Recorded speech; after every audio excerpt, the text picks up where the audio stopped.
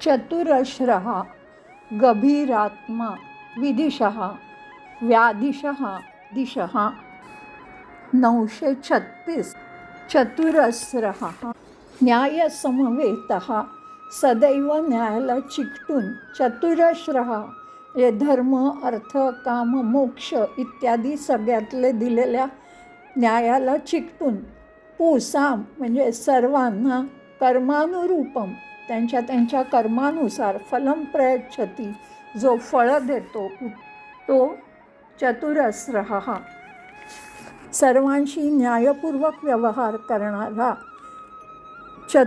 चारी दिशांना असणारा किंवा चार अवस्थात राहणारा चार समान भुजा असलेला असाही अर्थ काढला जातो, ज्यामार्फत परमेश्वर प्रत्येकाला त्याच्या कर्मानुसार फळ देतो म्हणून न्यायपूर्वक आणि निपक्षतेने आशीर्वाद देणारा जो तो चतुरस्रः.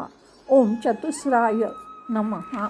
937 गभीरात्मा आत्मस्वरूपम म्हणजे स्वचं स्वरूपात किंवा चित्तम वा त्याचं मन स्वचं स्वरूप किंवा त्याचं मन गभीरम म्हणजे गहन अगम्य गूढ परिच्छेतून म्हणजे मोजता येणं अशक्य आहे अस्य इति म्हणजे ह्या स्वचं स्वरूप किंवा त्याचं मन हे मोजता येणं किंवा जाणता येणं अशक्य आहे, कारण ते अत्यंत गहन अगम्य आणि गूढ आहे.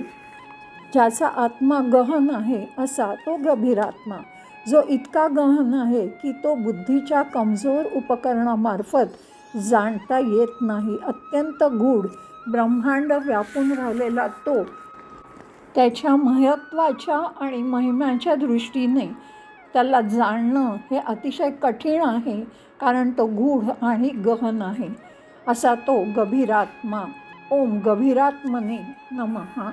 938 विदिशः विविधानी फलानी म्हणजे अनेक प्रकारची आणि अनेक पट फळं अधिकारीभ्यो म्हणजे जे पात्र असतात ते मिळण्यास योग्य असतात विशेषेण विशेषतः मुख्यतः दिशती देतो पात्र लायक व्यक्तींना तो अनेक प्रकारची फळं अनेक पट देतो असा जो तो विदिशः किंवा सर्व दिशा असलेला किंवा देण्यास अद्वितीय असलेला असा तो विदिशः सर्व भक्तांच्या मनातील इच्छा पूर्ण करण्यात अत्यंत तत्पर असलेला असा तो विदिशः. ओम विदिशाय नमः. 939 व्यादिशः विविधान आज्ञा म्हणजे विविध किंवा अनेक प्रकारच्या आज्ञा किंवा सूचना शक्रादीनाम इंद्र आणि इतरांना कुर्वन देतो असा जो तो व्यादिशः विशेष आज्ञा देणारा आज्ञा देण्याच्या शक्तीत अद्वितीय जो आहे तो जो अभूतपूर्व शक्ती तसेच देवदेवतांनाही जो आज्ञा देऊन कामं करवून घेतो तो व्यादिशः. ओम व्यादिशाय नमः.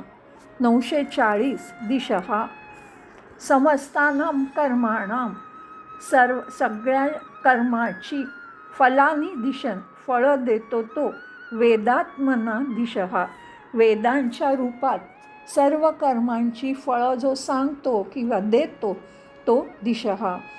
जो सल्ला आणि ज्ञान देऊन योग्य दिशा दाखवतो तो दिशः. सर्व वेदांचा निर्माता तोच आहे, त्याचा वेदांचा मूळ विषयही तोच आणि सारही तोच आहे. श्रुती ग्रंथांच्या रूपात परमेश्वर सर्वांना ज्ञान देऊन मार्गदर्शित करतात आणि योग्य दिशा दाखवतात असा तो दिशः. ओम दिशाय नमः.